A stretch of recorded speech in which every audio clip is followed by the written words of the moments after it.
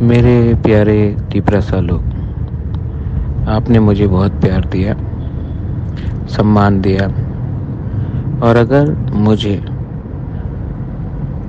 कल से भूख हड़ताल भी करना हो, जब तक मेरा सांस चला जाए, तो मैं करूँगा।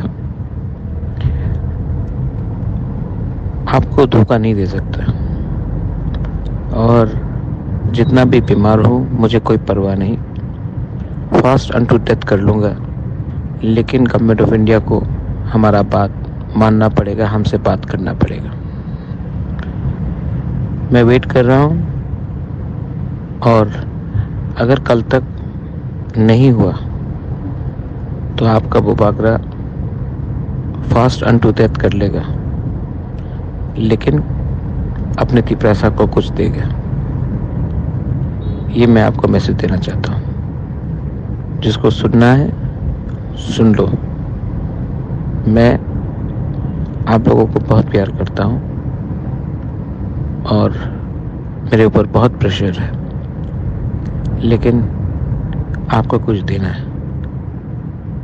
मैं रेडी हूँ मरने के लिए, आपके लिए,